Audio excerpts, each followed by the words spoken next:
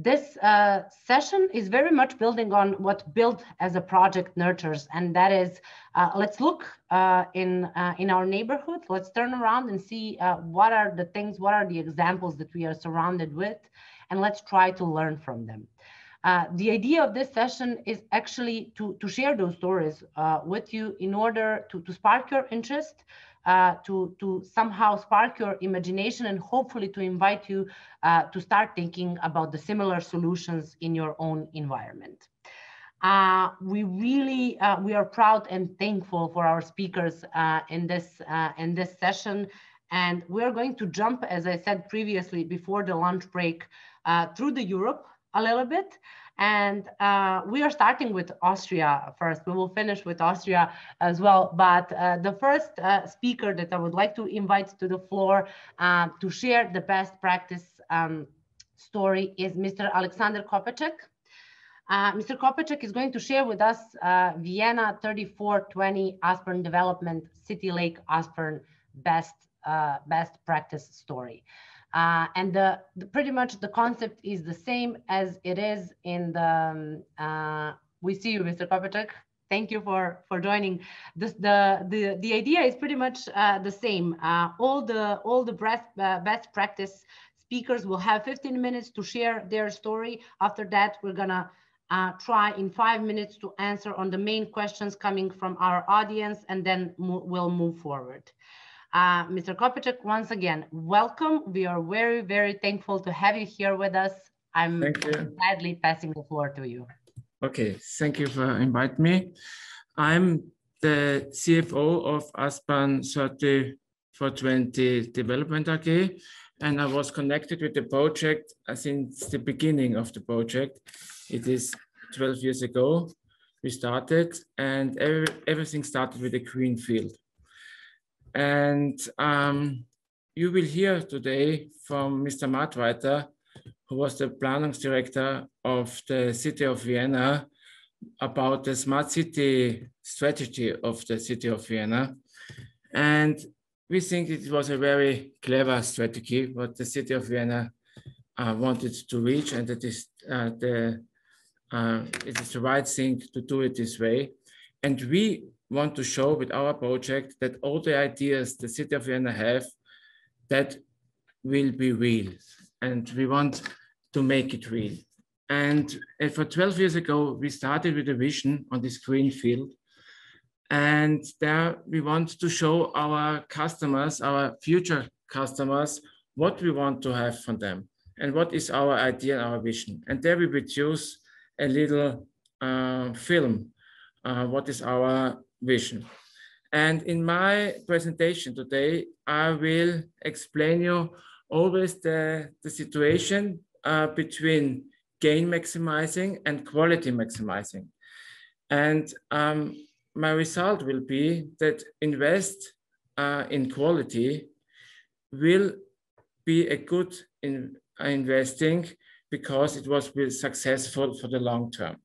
And there are always some points where I can change in one or the other direction. And I pointed out where I, as CFO, want to make the way to quality, and you see the points who are important. Now we start with this little film 12 years ago, and listen to the first sentence. It's called Vienna is Peace. I love this film very much. It was one of my beginnings. Sorry, have you already shared the presentation? No, actually, we only see Mr. Kopeček and yourself, but we do not see any presentation. Okay.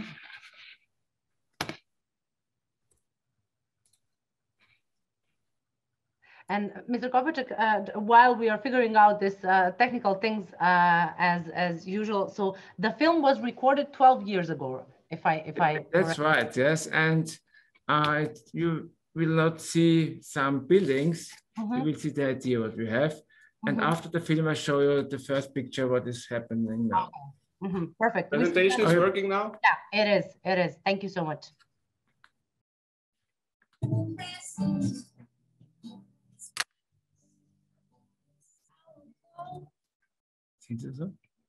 Ja, ich hoffe so.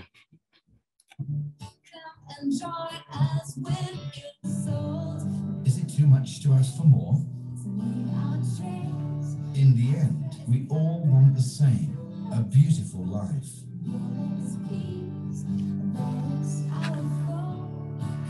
A life where we have a place for many different things.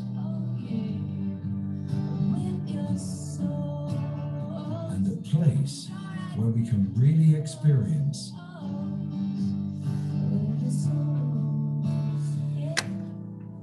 a full. Have you seen the film? I hope that everyone has seen the film. Do it, or was not? Yeah. Was nothing on the screen? No. We actually saw. You have seen the film? Yeah. We saw it. We saw it. We saw it. Okay. So a big part of it, I would say. Sometimes, yeah. So you can continue with the presentation. Thank you. Okay. And now the situation is this: we have finished the project, and some information about where the project is situated. It is in the north of Vienna. It's on the north side of the Danube River. And the size is approximately the same size like the first district. And we are connected with the metro for 20 minutes to the center of Vienna. And we are connected with the rail station 50 minutes to the main rail station of Vienna.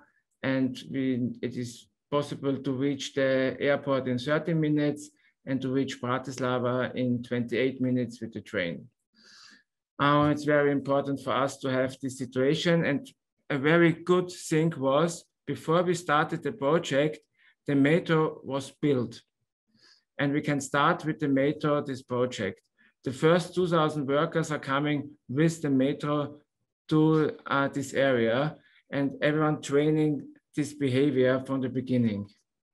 And it makes the start very easily. Thank you, the City of Vienna, to do this way. The company where I'm the CFO was a public-private partnership company. It's very important for us because we have the efforts of both sides. The main thing is that the City of Vienna gives us the way what we want to develop.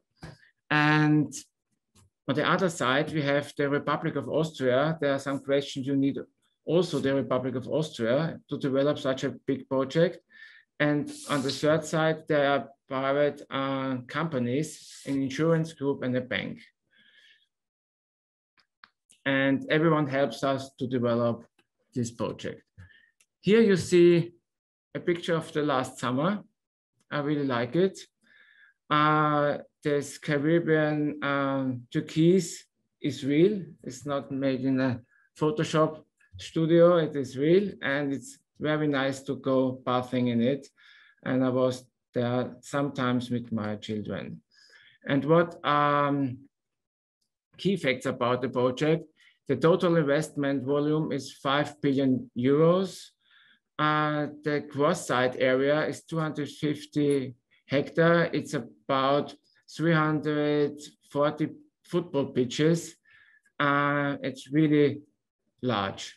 The cross-floor space we will to build at the end will be 2.7 million. And now is the first point. I will tell you where I want to have the decision: more quality, less gain. We take 20 years time to develop this project. When you want to develop such a project for 20 years, some people are coming and say, make it quicker, then the gain will be quicker in cash. And sometimes the whole world is coming to the Seestadt and looking how we will do it. We go to other examples too and look to other examples, how they do it. And when, for example, a Chinese investor coming to us and they say, we have so many problems to develop towns and cities, can you give us some ideas how you make it?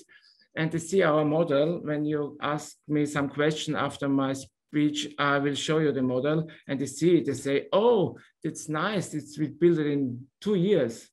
And my first answer is, when you build this very large plot of land in 2 years, is the first mistake you can do. So you have... While Mr. Kopacek is coming back to the Zoom, I will try like this and take it from Austria to Denmark, if possible. Martin, I do hope that you are listening to this and that you are here with us now. Thank you very much. I am very happy to share one of the oldest examples of nature-based solutions I know of outside of the Hanging Gardens of Babylon. I'm taking one from my home country of Denmark. I have a tendency to write my presentations late in the evening, so pardon all the bad puns that will definitely be there. But let me get going. I'll take we all have this time machine, which is called history books, and I'm about to use it and take us back some years. So let me set the theme first, go through how the entire country was on the brink of destruction, and how nature-based solutions were used to transform the country and rebirth it into the state we know today. Then I'll go into how we probably went a little bit too far, and how we are using nature-based solutions to go back to a prior state, or halfway there. So I'll start with this quote, since it's the main lesson to be learned today. I'll apply it in a couple of different contexts, and I have liberally translated the quote so it doesn't sound too archaic, to be what is lost on the outside must be won on the inside. The original quote is much longer and will make you choke, so I took the liberty to rewrite it. There's a lot of people who have been given the credit for making up this quote. We have a guy transforming all of the western part of Denmark called Jutland. He's called Enrico Dalgas, and we have an author, H.P. Holst, when he was doing his inauguration of an industrial museum. And then we have a king, Frederik Wilhelm III. The unofficial translation is my own. So the main point of my presentation is how do we go through crisis, and I'll take I hope we can learn a little bit from history. That's the point of it, to not repeat our mistakes over and over and over. And I'll bring us back in time. The year is just around 1864. As you can see, the landscape has now started to transform from the hilly parts on the right, where there was heath and moor, but moor did not produce more food. Moor produced no food. And that was a problem, because 6 years ago, in 1864, Denmark lost a third of the country, all of Schleswig-Holstein, half of the population, 1 million people, and basically all of the food production. And with that, there was also a rude awakening to what had been a nationalist wave that had helped cement the Danish democracy. This wave of nationalism that helped build the Danish constitution and the Danish country as we know today was also the key reason to why the Die Dummen Dänen chose to go into war with a vastly superior enemy. So what was left over from the stupidity was debt and a populace that could hardly feed itself, because it was facing a dearth of resources. There was basically no natural resources. The most skilled part of the population was gone, and both pride and people had been hurt. Now we come to the transformation, from more to more, as I call it. So from having these wetlands and really, really tough environments of wind and no protection for any kind of agriculture, there was the idea to transform the entire western part, the peninsula, if you look at a map of Denmark. And to do that, we used a nature-based solution. So no pine, no gain.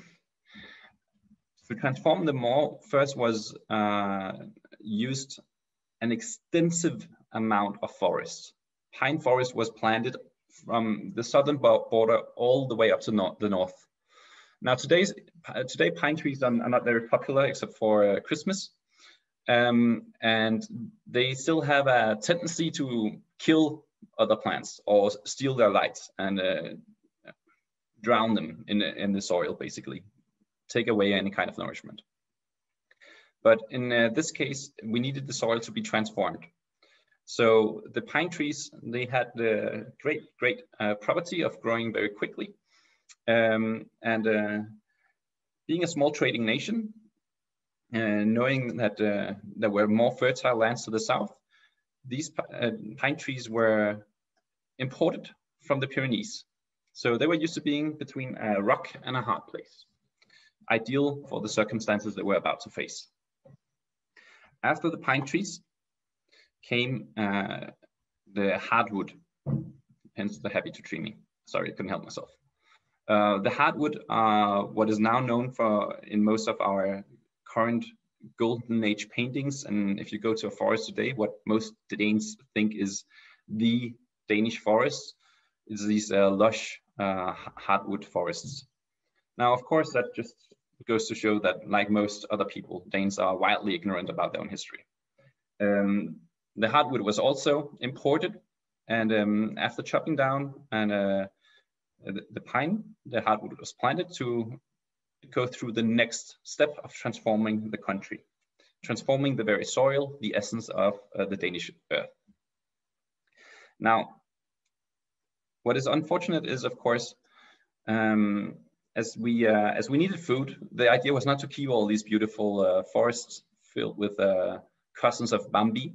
The idea was to chop down the forest and either turn the forest into firewood or boats. We love boats, or bridges. We also love bridges. And hence we did just that. But during their way too short lifespan, most of these forests had managed to transform the soil. I'm sure a lot of the French professors participating can tell you more about the beauty of soil transformation. And as they transformed the soil, they had also left behind a lot of organic material and nutrients, which could sustain agriculture. Now, as you know, people, as soon as they get something, they want more. So you take a little bit of agriculture, you mix it with Industrial Revolution, and you get this. Beautiful tractors,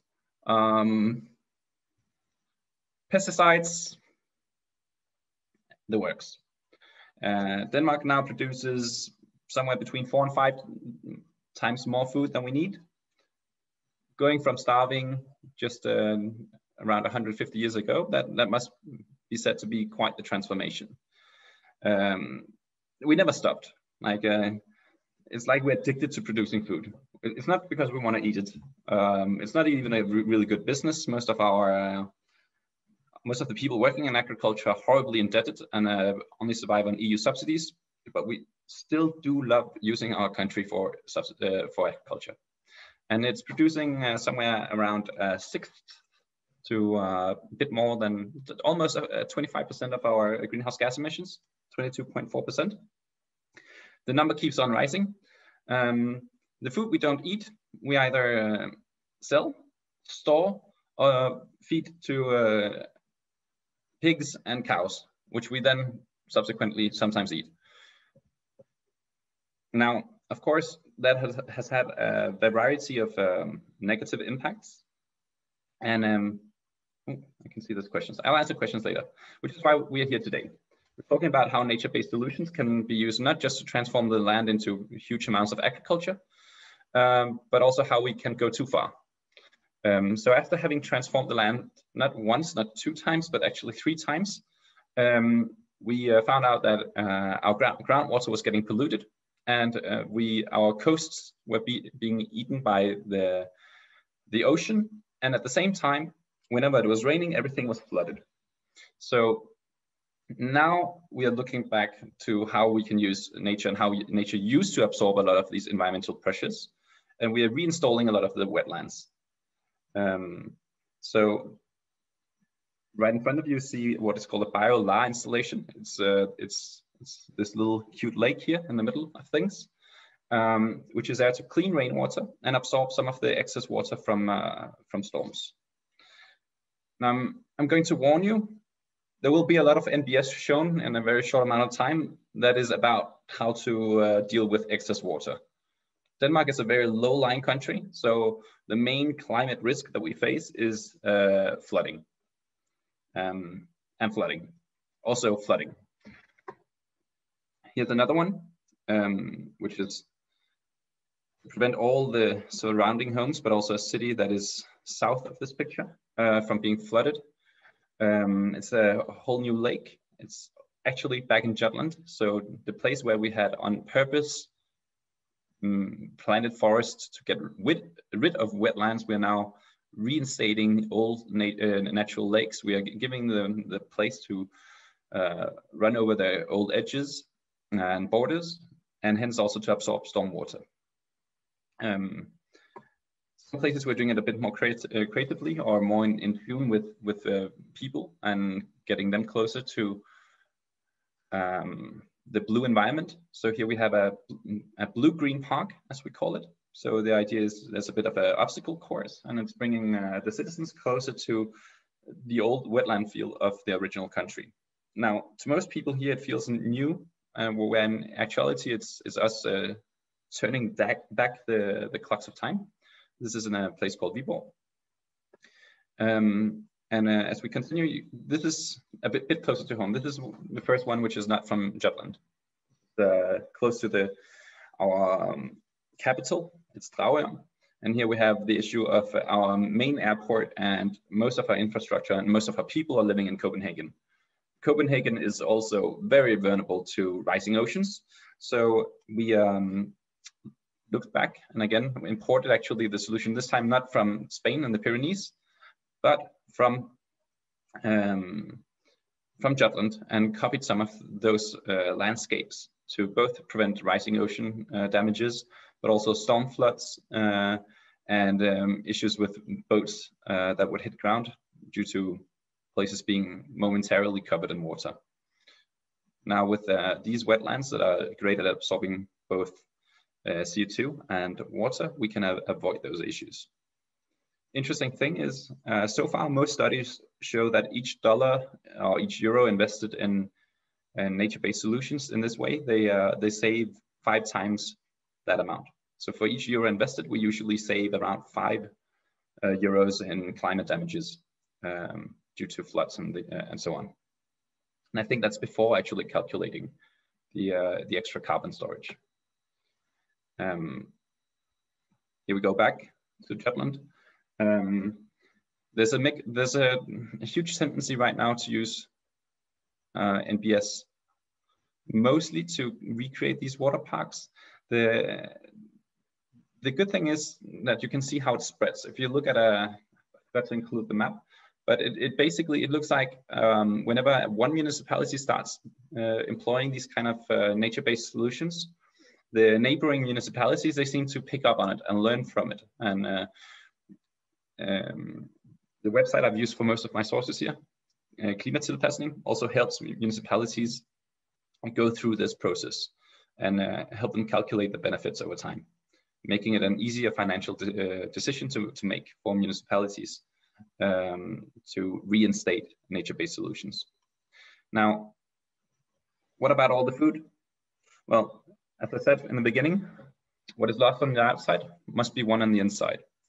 So while Denmark is reducing a bit of our farmland, we are investing massively in vertical farms that can grow inside the cities, reducing congestion and also reducing the climate impact of our food production.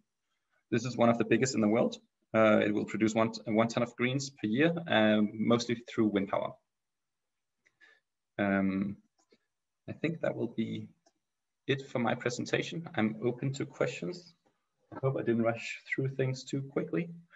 And yeah, you are allowed to now also quote me for What is one on the outside must be, what is lost on the outside must be one on the inside. My name is Martin. Thank you for your time and attention. Thanks a lot, Martin. Thank you a lot for actually sharing the story with us. Thank you for accepting my invitation to jump in unexpectedly. It is very much appreciated from our side and my side as well. We talked now, or actually you talked how municipalities are learning from each other, right? And implementing nature-based solutions. What I would like to ask you as a person in the field, how would you convince people, like regular, normal people we meet every day who are not that much in the field of the power of nature-based solutions? What would be your approach on it? Well, I don't find, I mean, at least in Denmark, there's not, it's not like most citizens are against nature-based solutions. I mean, what would you rather live next to, a pigsty, which, I mean, a literal pigsty, or a lake? It's a pretty easy choice most of the times. So at least in Denmark, we recently had the most climate-driven election in 2018. And all the parties who were not green before that, they adopted a green agenda after. So I think we are reaching a tipping point in citizen awareness, where citizens are actually asking to have the process of climate adaptation and a better balance between cities and the built environment and nature.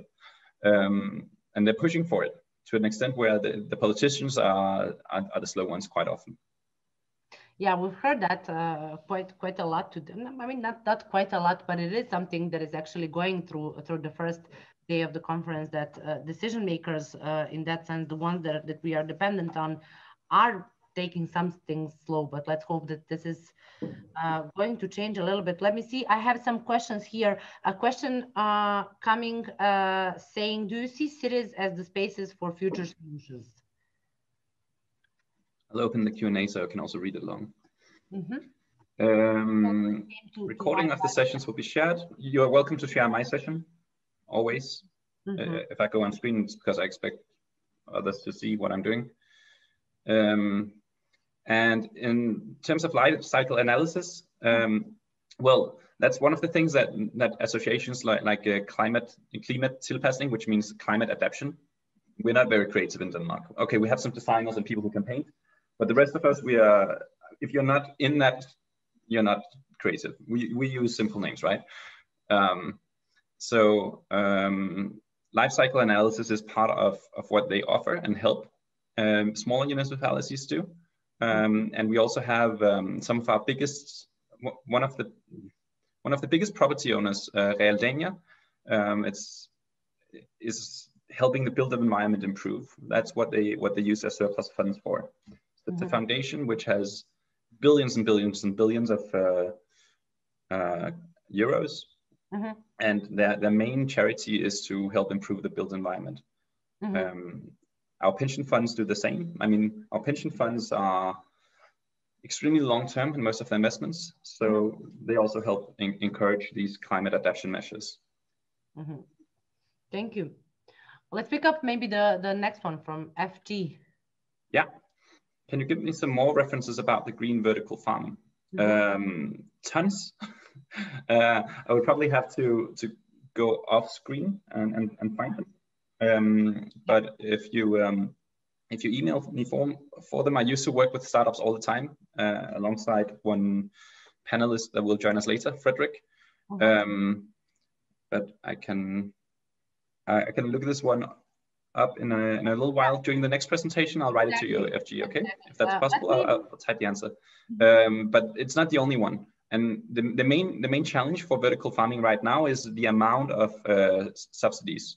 I worked with a vertical farm in London where they produced 42 times the amount of food per square meter as traditional farming.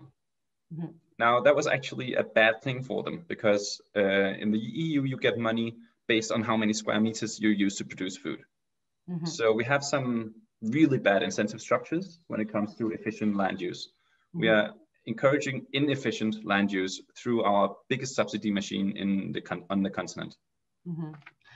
Thank you, Martin. Let's maybe try with this last one, the general one, and I will definitely, you will be staying here, you can reply on the other questions, but how do you approach your climate problems? Do you focus on the best practice examples around the world, or you are having your own approach probably? Let's maybe try to answer. This was the last one from Paul. Yeah. Thank you, Paul. I love stealing good ideas. It's one of my favorite practices of all time. I mean, if there's one thing that's great about living in a connected world, it's that I do not need to use my own stupid monkey brain to come up with good things. I can use other people's good ideas. So whenever I approach a problem, I'm working on the Maldives right now. That's my main project currently. I'm not looking only for local solutions. I'm always looking to see who has approached this problem before, what are the best practices, and especially what can I foresee will come in the next 5 to 10 years. And there, it's quite often necessary to look at unlisted companies or technological developments coming from university spin-outs or startups, because technology right now is changing so rapidly that if we look at what is best practices 2 years ago and coming from major incumbents, it's actually usually 5 to 10 years old technology. I saw it with the floating solar, which is, sorry for the diversion, but floating solar was, by most people in Maldives, they thought it was too expensive. And that was just because the data was 3 years old. Only 3 years made the whole difference. Today it's basically the same price. So I think if there's anything we need is actually, we need to be able to scale hardware-based green solutions much faster.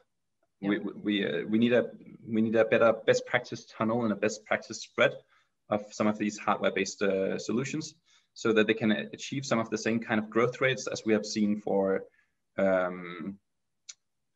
digital solutions. Great, Martin, thank you a lot. And as I see that our participants are interested, I would gladly share now that Martin will be actually hosting another session this afternoon as a moderator, but maybe even more importantly, Martin is hosting tomorrow an action workshop, and we have been mentioning this couple of times. You can apply for this and maybe even have a bit more of a let's say floor to talk with Martin and to ask him questions you would like to ask now. He will gladly, of course, answer on your questions while the next sessions are happening. Martin, thanks a lot once again. It was lovely listening to you and having you on screen here with us. Thank you once again.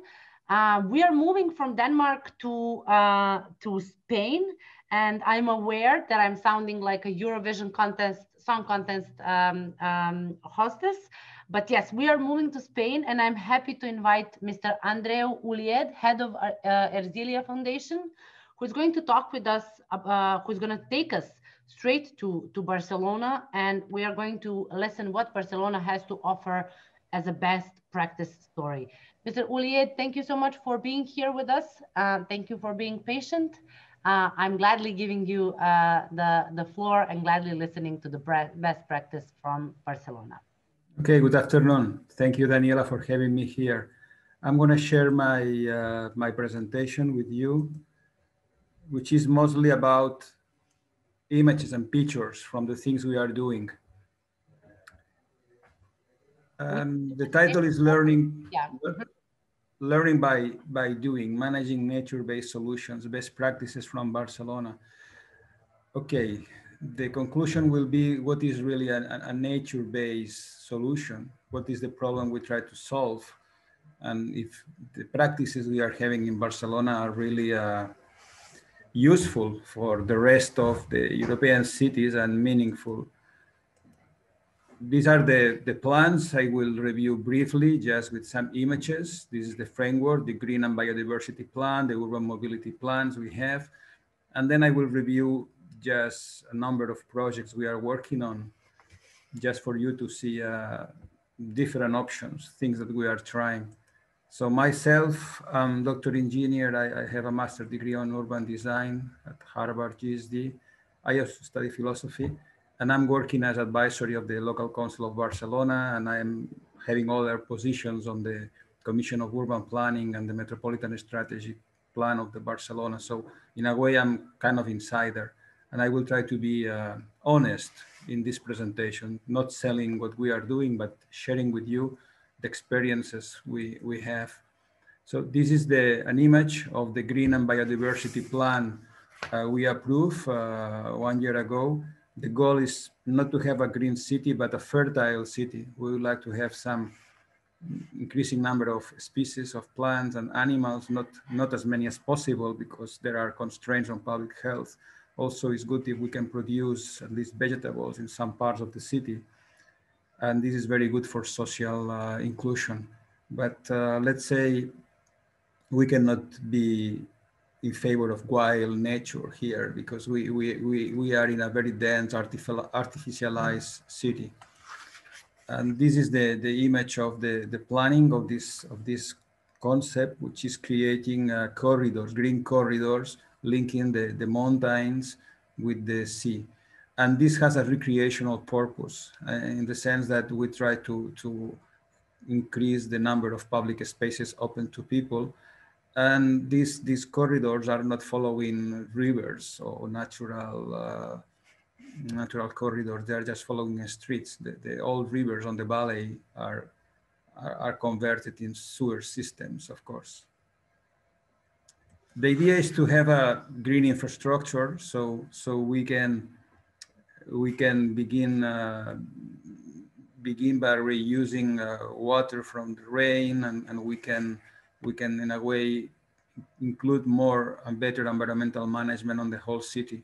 In order to do that, we need more spaces, and we need more nature on these spaces. This is one of the projects. Sorry, this is the last plan I want to share with you, which is the mobility plan. The mobility plan is actually a public space plan. We are following here, if you remember, Colin Buchanan super block idea in the beginning of the 60s. So the idea is to restrain traffic to the borders of the urban fabric, and then transforming the interior streets into areas where pedestrians can be free to move, and cars have to move according to the needs of pedestrians. So this idea of super block was proposed by this plan, and we begin. Sorry, I'm okay here. We began doing super blocks. This is the first one, which is in Pobla Nova district of the city, and was kind of a surprise for many people to see the streets free from cars. And then we began doing some tactical urbanism here, because actually we didn't know how to design these spaces, what different options are available. So tactical urbanism is very useful in order to involve people on the kind of transformation which is needed. Again, I'm making mistakes. Okay, so the idea we have now is to extend the idea of super block to the whole city. But instead of going super block by super block, we decided to take one main street and transform all these main street all together, and then create the super blocks later on. So there is a contest for how to design this, because actually this is a huge transformation and we don't have a solution. We know that the design of these spaces has to follow different criteria than the usual ones.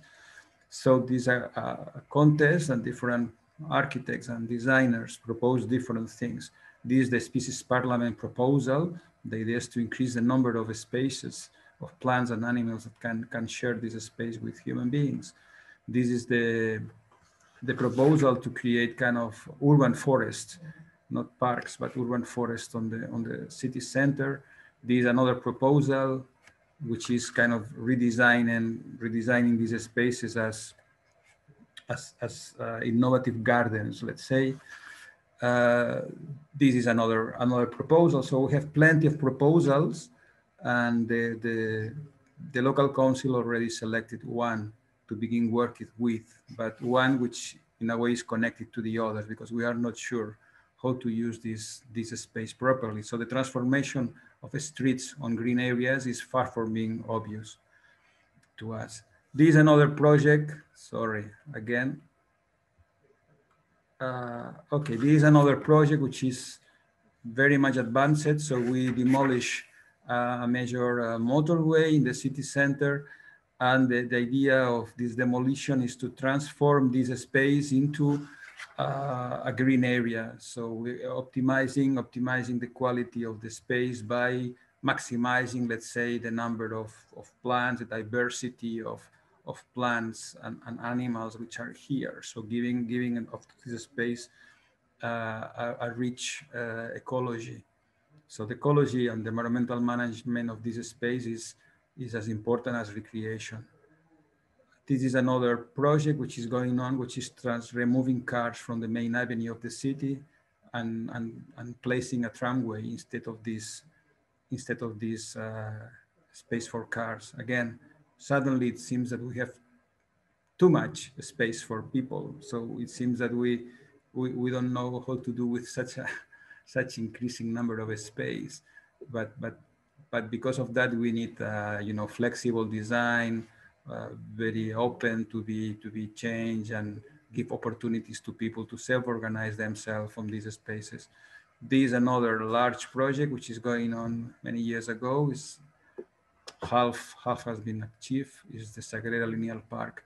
And here we are covering railway tracks and try to create a new urban area here based on nature. But this nature, as I say, is not wild nature. It's gardens, let's say, with the idea of ecology being present, not just for the aesthetics of the colors or the positions of the forms, but as well as giving importance to the ecology and the environmental management and the value of this place as a part of green infrastructure on the city. This is a very famous square that was designed in the late 80s and got many different prizes on urban design, but is kind of hostile to people. So people don't like here, people abandon this place, even the local council as well. So it's kind of a failure, even though it was kind of impressive at the moment it was designed. Is we call a heart space, and we are trying to transform this by creating a green filter all around. And we are thinking if we have to demolish this square as we demolish the roundabout, the bridges and the motorways I showed you before. So, and there's some discussion in terms of if this is architectural heritage and we have to keep it, or we can destroy it in order to be, let's say, consistent with the idea of green spaces and more ecological areas. These are more properly environmental management projects that have been achieved in the last 20 years. This is the river Besós was on the, maybe it was the most polluted river in Europe. Now is a very nice area. And then the Llobregat River was also very polluted. Now is improved, but they are not, I mean, we can call natural-based solutions, but there is a lot of engineering here. In order to have a Mediterranean river with water all the time, you need a lot of engineering. So it's not, I would say, nature in the sense that you leave everything to nature to solve everything. No, there is a lot of engineering in order to make this place pleasant for recreation and clean and useful as green infrastructure. We need a lot of engineering. And I'm finishing with the coastal zone that happens the same. So people need this place to be there as recreational, just as social interaction. And in order to keep these beaches, we need a lot of engineering on the sea. We need to use maritime engineering a lot in order to keep the sun from the storms. So is a way of mixing up engineering, more sensitive engineering to have design the spaces which are, I will say, with higher ecological value. It's still useful for recreation. Yeah. Thank you very much. Thank you very much, Mr. Ulia. This was really, really interesting, and I think that Barcelona is super interesting for us and for our audience. In order to keep with the time and the fact that we have two more speakers, I'm gonna invite you now to actually have a break or to suit yourself with a break, and I'll invite next two speakers to the floor, and then I will probably shift around the questions in the end. I'm sorry, if that would be okay with you, Mr. Ulia, just that we keep on. Okay, I you know, here down here in the Mediterranean, now I have to have my lunch, but then I have other commitments. Okay, then I have one very interesting question for you that is on my mind, and I have to use the floor to ask you this, and I'm pretty sure that participants will be interested in that.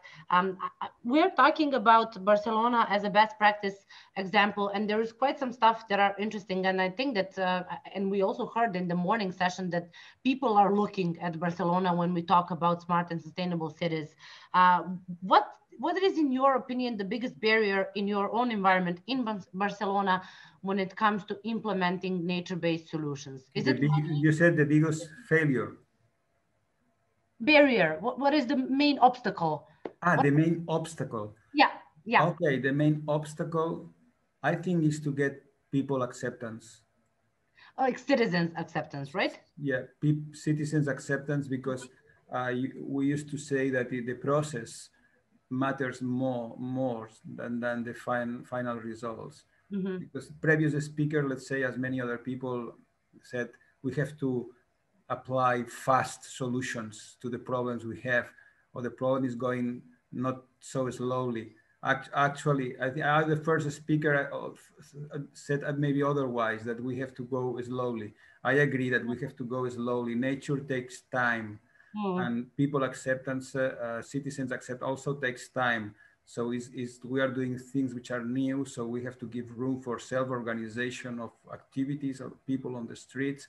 So we have to go slowly. So the idea of tactical urbanism for me is perfect, because in terms of design, we go slowly, it's not designed, but in terms of strategy, we go fast, because we take this space.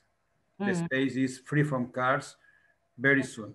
But the project, the design, the renaturalization takes time.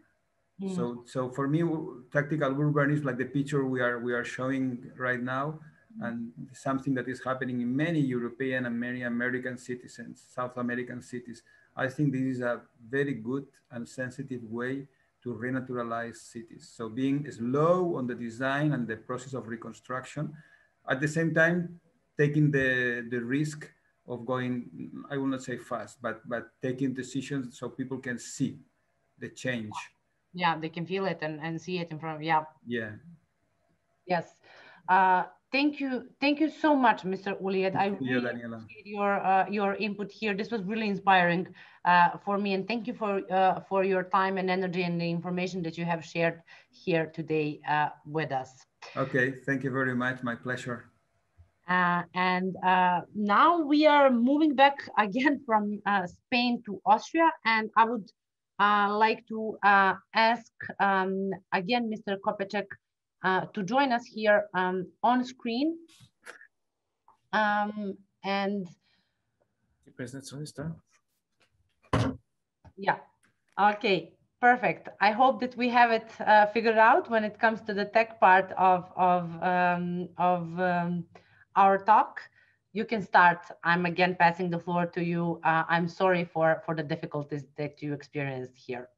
Well, do you hear us now? Yes, we do. Does it work? Yes. Okay, so it's your turn again. Andre, you have said about the acceptance of the citizens. I think it is the most important thing, the acceptance of the citizens and the people who are working in the area.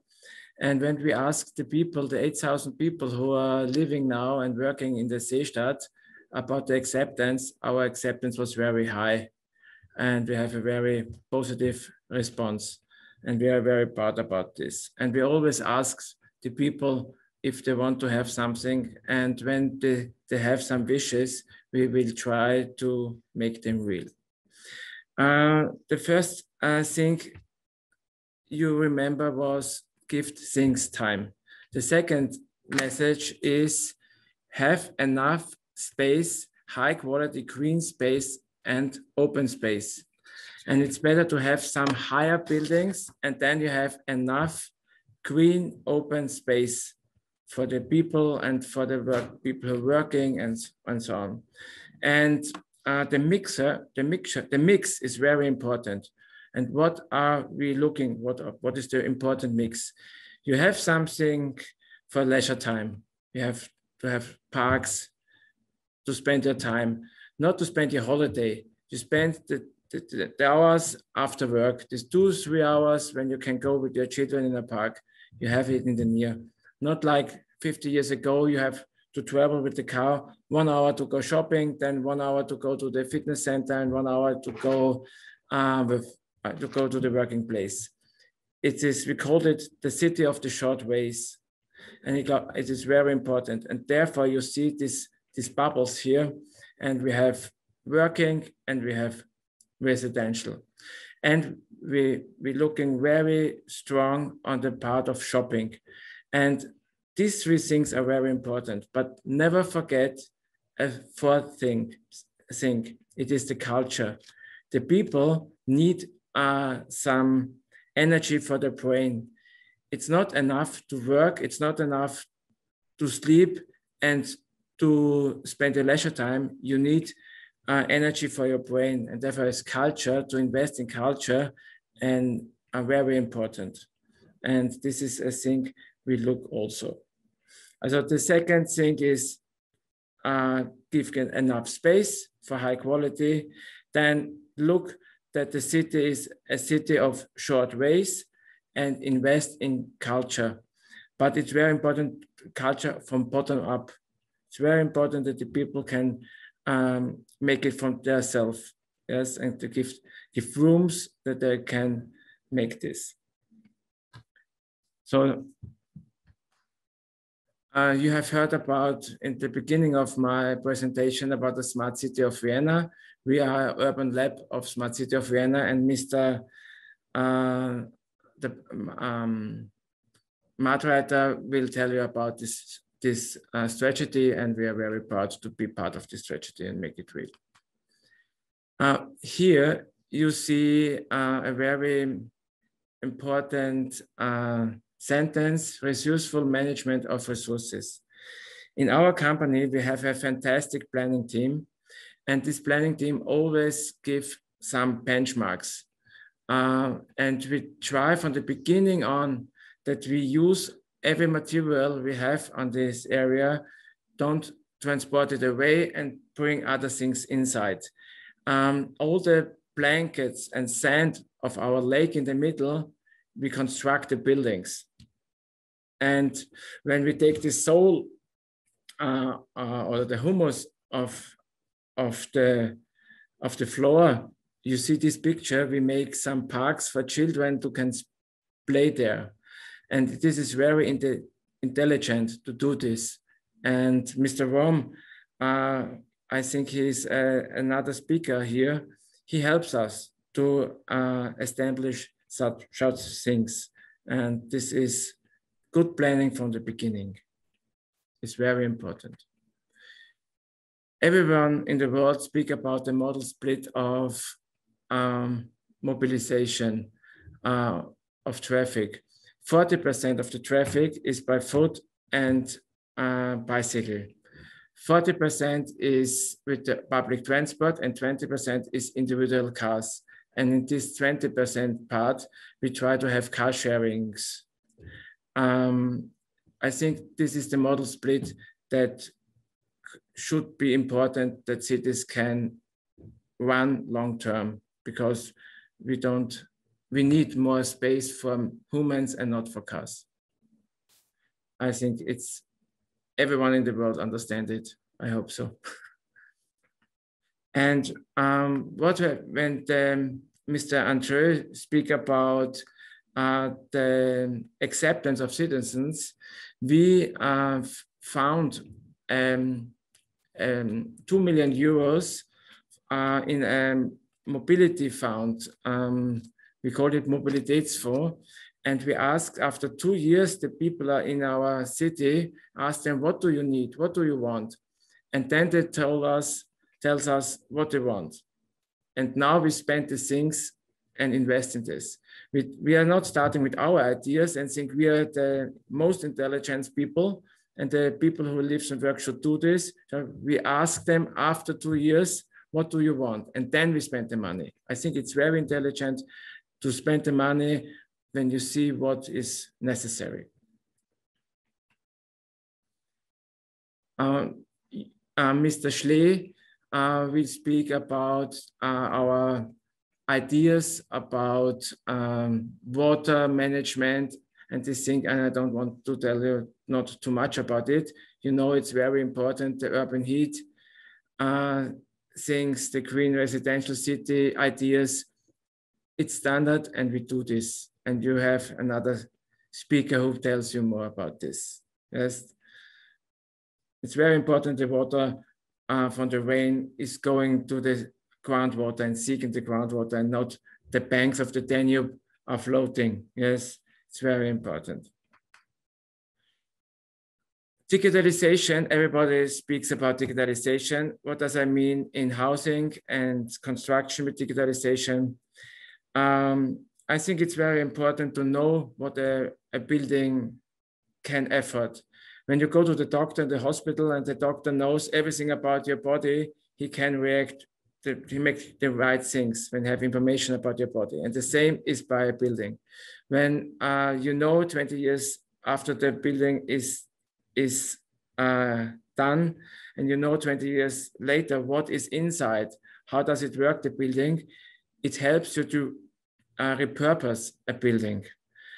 Things are changing in retail, in office spaces.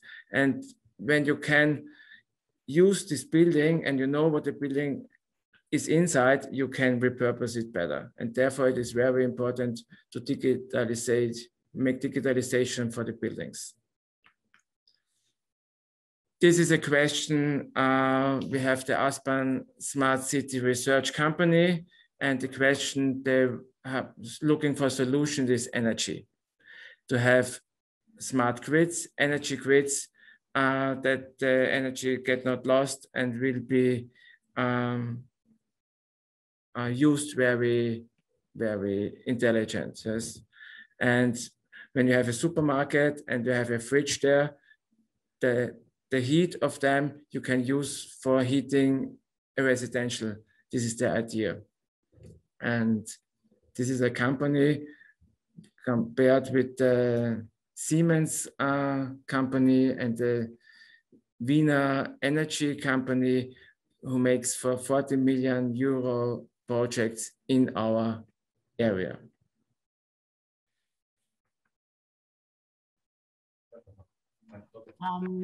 I think this is the most important things about us in a very short presentation. And for me, you remember at the beginning, the future of cities. For me, it's important to invest in quality. And when you invest in quality, you will have a successful city for long term. Mm-hmm. And don't be too quick. Don't be too rough, not too much money. Spend it in quality, give it time, and look of the acceptance from the citizens. And this is our strategy in Aspan-Seestadt.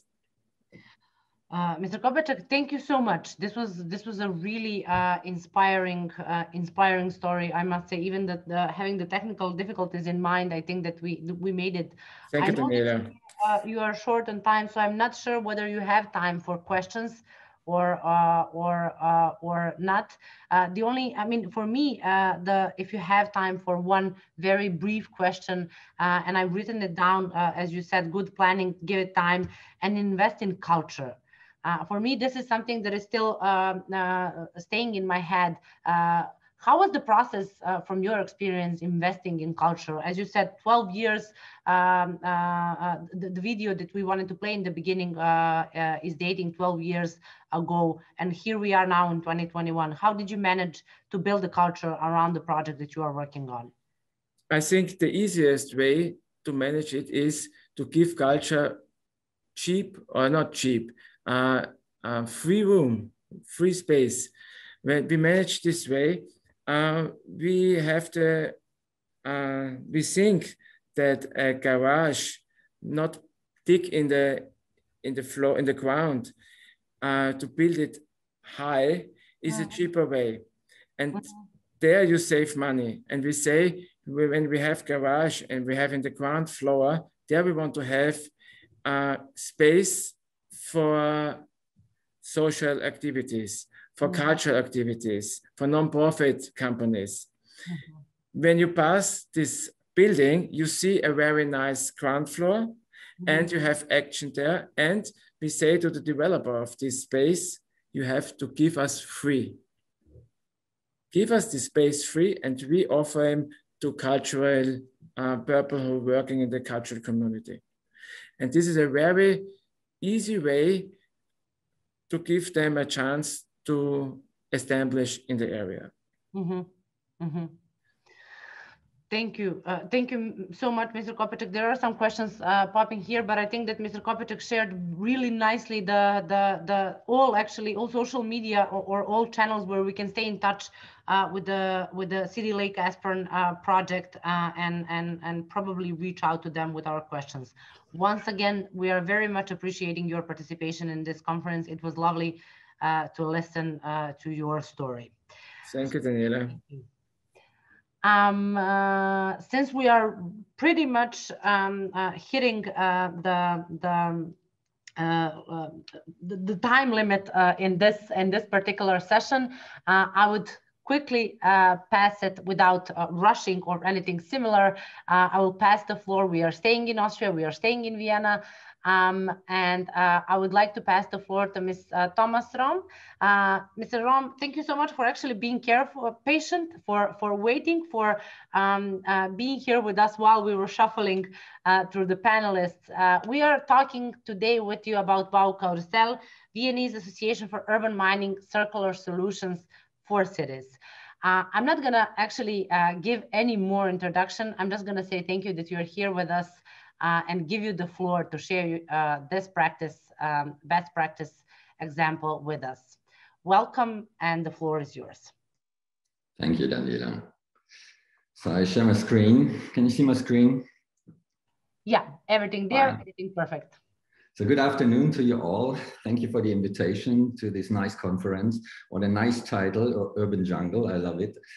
Well, I'm an architect, and I have an architectural practice here in Vienna, and I finished my studies here at the Technical University in Vienna with the work on recyclable housing. And actually, some 20 years and more later, this is what we do now. We are experts in circular construction, and as these experts, this is why we have founded in the year 2015, so more than 5 years ago, Baukarussell, as a cooperation initiative, a cooperation network for social urban mining. And so it's about social resources, human resources, and also about resources in terms of construction material. I don't know if you know that the global need for construction material has tripled in the last 20 years all over the world.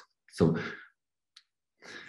let's look at the situation in Austria, and it's quite similar to other states in Europe. So we have an input, on the input side, a yearly need for about 200 million tons in Austria. And then at the output side, we have 60 million tons of waste every year. So, and the construction, as you can see here on the right-hand side, is involved to 70% in both cases. So 10 million tons of construction demolition waste goes out every year. And this is about 17% of the whole waste amount. And 55%, even more, is excavation materials coming from the site. So you see how important it is to deal with construction material in a closed loop way. More than 70% of all waste is due to construction, and it's traveling all over the city. And we have developed strategies for that. And but you have to realize first that circularity is all over Europe, in an average to the circular material use rate is about 10%. Yeah, only 10% are closed loops. So there is something to be done on it. And this is why we founded Baukarussell as the first initiative, as a big player initiative for social urban mining. And we are the first supplier at all. We have even invented the word, we have been awarded in the last few years with the Umweltpreis der Stadt Wien, also with the Circular Society Prize last year in 2020. And what we do is this. We do urban mining concepts, which are on-site concepts, and we do this with the special social impact. And our experience, this is a drawing from my office here, and it has recently been published in the Manual of Recycling. And we tell our story, which is, by the way, also the story of the Seestadt Aspern, as Alexander Kopicek was so friendly to mention. And actually, we are architects, and we are using digital technologies like building information modeling. So BIM is actually just a planning process which generates information about materials and about their sustainability or their circularity. As you can see here on the right-hand side, this is all kind of metal, of non-ferrous metal, which we gathered in this project for the so-called glass palast on the left-hand side. And of course, metal has always been collected on a side, but it goes this way, as you can see here on the left hand. So it's all a mix, and you are actually destroying the whole value and these precious materials. So what we do with Baukarussell is we are using this digital planning process in reverse, and we are using BIM to make every building circular. We are creating urban mining concepts to recover values that get lost usually. And we locate and collect and sort these precious materials on site. And of course, this is also what the contractor is doing, but he hasn't got the time and the patience to collect with manual work so much metal on the side. You can see this, he has other problems, yeah? And not the manpower, most of all, but we do. Yeah? We sort and collect these non-ferrous materials like copper, for example. Yeah. So social urban mining is creating an added value. We're doing more than the usual contractor can do, yeah, to construction or deconstruction work. And this is manual work we are doing. So first, we are recovering precious materials like copper or aluminium, but also wood. Yeah? And for the revenues of these materials, we are offering preparative dismantling work done by social businesses. And what we do then has to be done anyway. We take out the neon tubes, we take out suspended ceilings or double floors or dry work just to prepare the machinery work which has to follow that. Yeah. And during this process, we can offer also reuse of building components. So you can avoid waste by reusing building components in a big number, but that's not the core business, because there is not yet a market developed in Austria and not even in Scandinavia. But when you do it as a social mining approach, you can offer these three components of social urban mining, recovering precious materials in exchange for manual work, preparation work for the process of dismantling, and then at the same time, reusing building components. So we are integrating social business in circular construction. And this is why Baukarussell is social urban mining. And it's about the people. Yeah, this is our last project we did for the Bundesimmobiliengesellschaft at the Medical University of Vienna. And you see, it's also about beauty, recovering these precious materials or for reuse or for selling the resources is offering a lot of manual work and jobs also. So in this example, our social urban mining was able to recover 80 tons of precious resources and 60 tons of reusable objects. And the next slide is showing you what it was. Yeah. So our dismantling work is exchanged for the revenues of the reuse building components, but mainly, of course, by selling these resources, which has been sorted manually. Yeah. And I don't know if you know, but copper, when you mix it with steel, is contaminating the recycling steel because copper is not, it should not be mixed with steel, of course.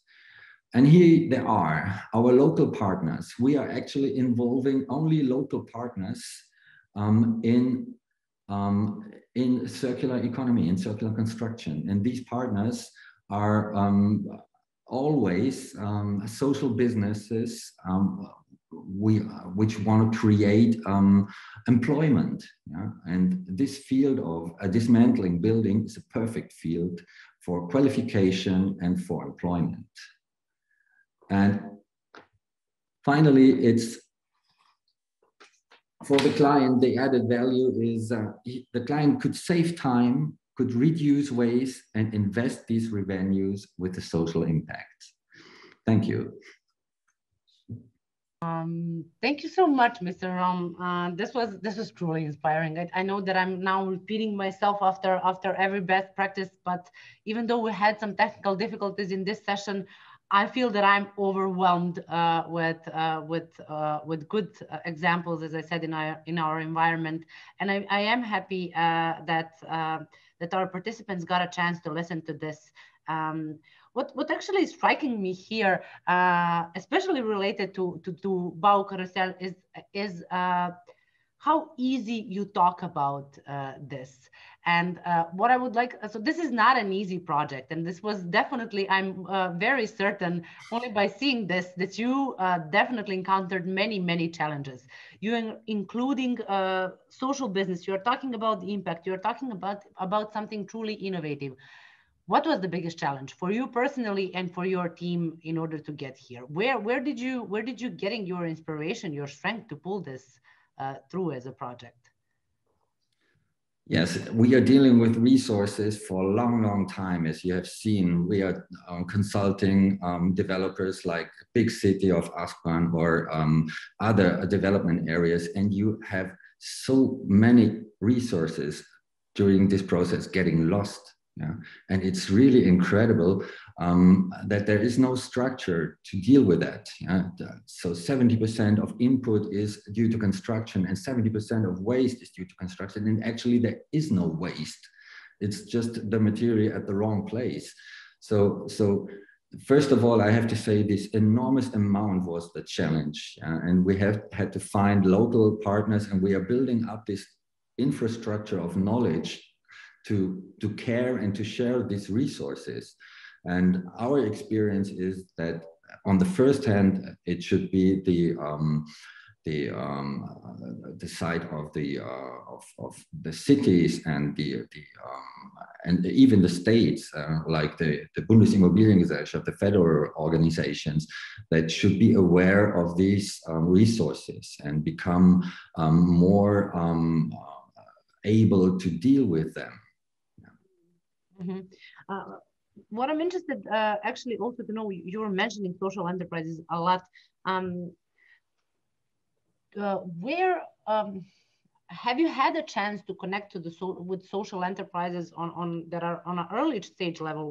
Where are young people in this? Are they anyhow connected with Bau Carousel, and where do you see maybe connection there in the future? Because this would be an interesting probably point for them and you as well as a team. Absolutely, absolutely. Now, this is a strong focus of our partners, and Pulswerk and Repanet, our partners in Bau Carousel, are dealing with these kind of enterprises. Yeah, they're consulting them for a long time, and of course, it's about young people not finishing school or coming from abroad and getting used to our culture. And this is a perfect field to integrate people in our system, in our art of, in our kind of business. Construction is a good field for qualification also. Yeah, they learn a lot. Yeah, and it's an easy work in a way because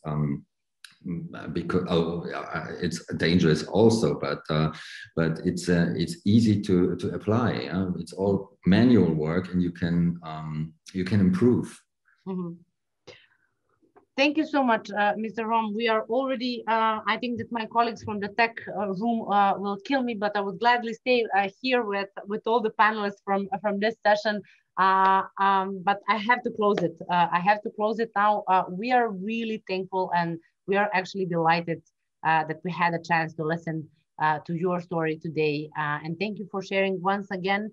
I will forward the questions that we had probably to you if you are here with us in the next session.